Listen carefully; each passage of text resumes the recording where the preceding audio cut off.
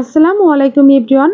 আজকে বিকালের নাস্তার একটি রেসিপি শেয়ার করব। ১ কাপ সুজি ও একটা ডিম দিয়ে এই মজাদার নাস্তাগুলো তৈরি করে নিতে পারবে। এই নাস্তাগুলোকে অনেক সময় সুজির বিস্কুট বা কেকও বলা হয়। তৈরি করা খুবই সহজ, খেতে ভীষণ মজা। বিকালে চায়ের আড্ডায় বা যেকোনো কিছুর সাথে এটা পরিবেশন করতে পারেন। খেতে হয় দারুণ আর তৈরি করা একদম ঝামেলামুক্ত। ঝটপট তৈরি করতে পারবেন এই নাস্তাগুলো। চলুন রেসিপিটা দেখা যাক।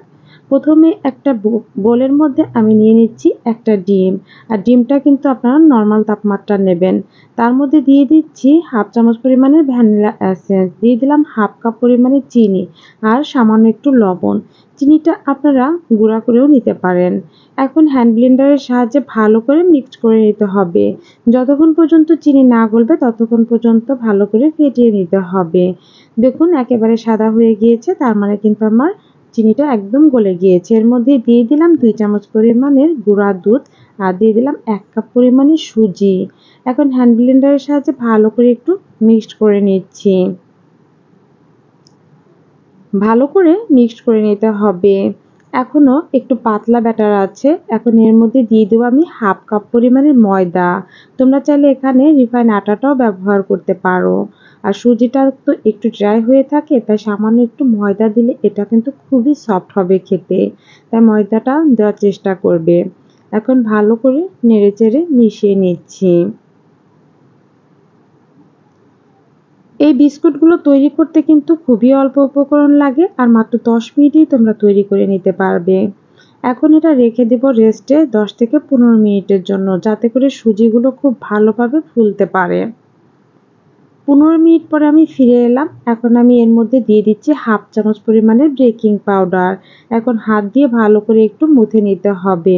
আর এই ডোটা কিন্তু প্রচুর পরিমাণে একটু আঠালো থাকবে, কারণ ডিম দিয়েই সম্পূর্ণটা আমি মিক্সড করেছি। এজন্য আঠালো থাকবে। ভালো করে আমি মুথে নিচ্ছি। ভালো করে মুথে নিয়ে এখন হাতের তালুতে সামান্য সয়াবিন তেলটা লাগিয়ে এখন বিস্কুটের শেপটা দিয়ে দিচ্ছি। তোমরা যেকোনো শেপে এই নাস্তা বা বিস্কুটগুলো তৈরি করতে পারো। তবে আমি হাতের তালুতে এরকম লম্বা আকৃতি করে বিস্কুটগুলো তৈরি করে নেব। আর এইভাবে কিন্তু আমি সবগুলোই তৈরি করব। বন্ধুরা, বাসায় যদি কোনো মেহমান থাকে তাহলে চায়ের পানি কিন্তু বসিয়ে দিয়েও এই নাস্তাগুলো তোমরা তৈরি করে নিতে পারো। ঝটপট মিক্সড করে রেখে দেবে আর ভাজতে তো একদমই সময় লাগবে না। হাতের তালুতে ঘষে ঘষে পুরো নাস্তাগুলো আমি প্রথমে তৈরি করে নিলাম। এখন চুলার উপরে একটি ফ্রাই প্যানে পর্যাপ্ত পরিমাণে তেল দিয়ে দিয়েছিলাম আর তেলটা গরম হলেই দিয়ে দিতে হবে। তবে তেলটা কিন্তু অতিরিক্ত গরম করা যাবে না। চুলার আঁচটা একদম লো হিটে রেখে এই নাস্তাগুলো ভাজতে হয়।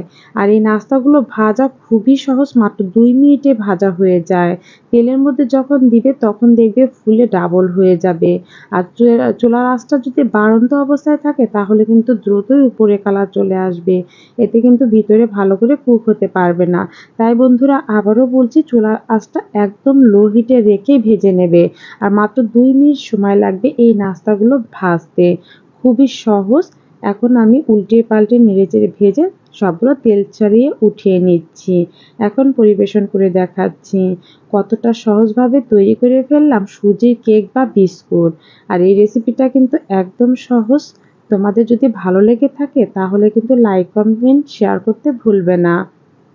এরকম সহজ সহজ রেসিপি পেতে হলে চ্যানেলটি সাবস্ক্রাইব করে রাখতে পারো, আর যারা পেজ থেকে দেখছো তারা ফলো দিয়ে রাখতে পারো। এই নাস্তাগুলো কিন্তু দেখতে যতটা লোভনীয়, খেতে কিন্তু তার থেকেও বেশি টেস্টি। সফট এই সুজির বিস্কুটগুলো তোমরা সপ্তাহখানেকের মতো সংরক্ষণ করে খেতে পারবে। সবাই ভালো থাকো, সুস্থ থাকো। আবারও হাজির হয়ে যাব নতুন রেসিপি নিয়ে। আল্লাহ হাফিজ।